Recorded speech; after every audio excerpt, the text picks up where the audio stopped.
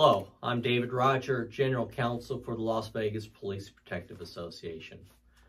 So you do a vehicle stop or a pedestrian stop and the person is giving you attitude and you want to hook the person up just for an attitude adjustment. Can you do it? Are there ramifications from doing it? And so let's first talk about your right to handcuff a person during a stop. The question is, does handcuffing the person or using force elevate your detention into an arrest?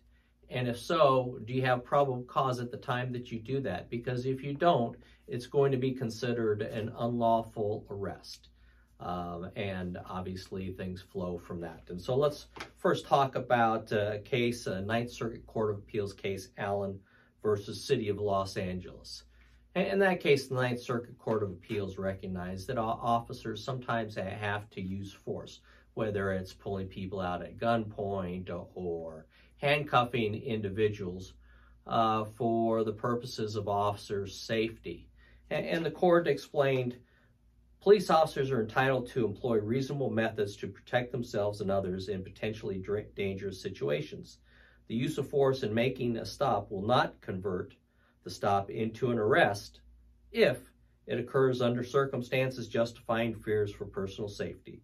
Police officers also need not avail themselves of the latest or the least intrusive means of responding to an exigent situation. The relevant inquiry is always one of reasonableness under the circumstances, and that's the Fourth Amendment analysis. And so the court has recognized that there are times based upon officer safety where you might need to handcuff a person during a detention, but that in and of itself does not rise or raise your detention into an arrest for which you need probable cause.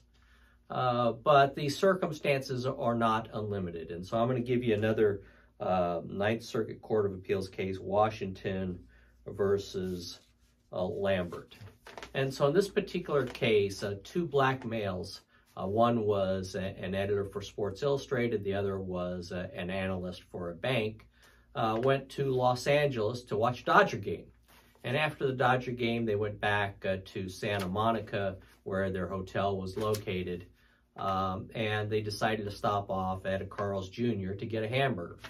While they're there, an off-duty Santa Monica police officers recognized that two robbery suspects who had committed a string of robberies some 6 days earlier in LA were two black males, and that these two black males loosely fit the physical description of the suspects.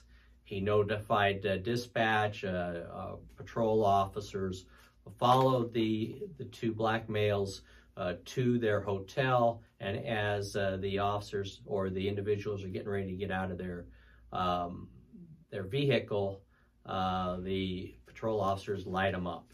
And so as the court explained, the officers shone spotlights on the two men and pointed their guns at them using the police vehicle speaker system.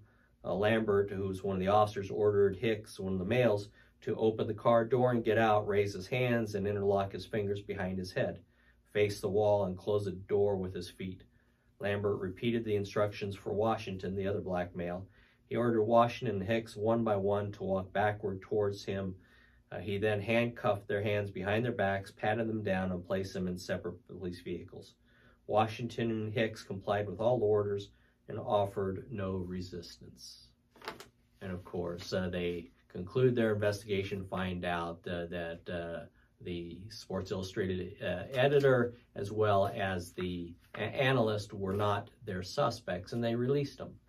Well, those two individuals then filed a civil rights action against the officers in federal court. And the Ninth Circuit Court of Appeals said that the circumstances of this detention, because they used their firearms, they handcuffed these two males, was not simply a detention, but it was in fact an arrest.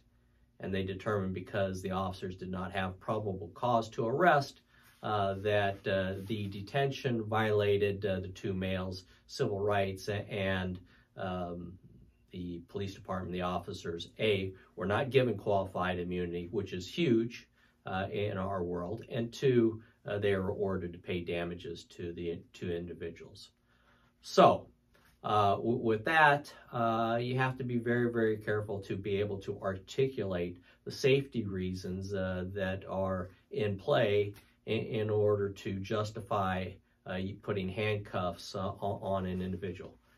Understand that doesn't mean that you can't do it, but you better be sure that you're able to articulate in a report the reasons why you did so for your safety, so that a reviewing court doesn't conclude that your detention was in fact an arrest, and if you didn't have probable cause, you'd be sued in federal court. The other issue at play is LVMPD policy 6-002.02, use of force, tools, and techniques. Subsection 4.2a states, during investigative detentions, Terry stops, see LVMPD 5-200.01, search and seizure, where one or more of the following factors are present, and only for as long as the circumstances exist, not to exceed 60 minutes, per NRS 171.123, you have to have articulable facts that the subject is physically uncooperative. 2, articulable facts that a subject's actions may present physical danger to themselves or others if not restrained. 3, reasonable possibility of flight based upon the actions of the subject. 4, information that the subject is currently armed. 5, the stop closely follows a violent crime and the subject matches specific parts of a description. Or 6, articulable facts that a crime of violence is about to occur. So that is a Metro policy.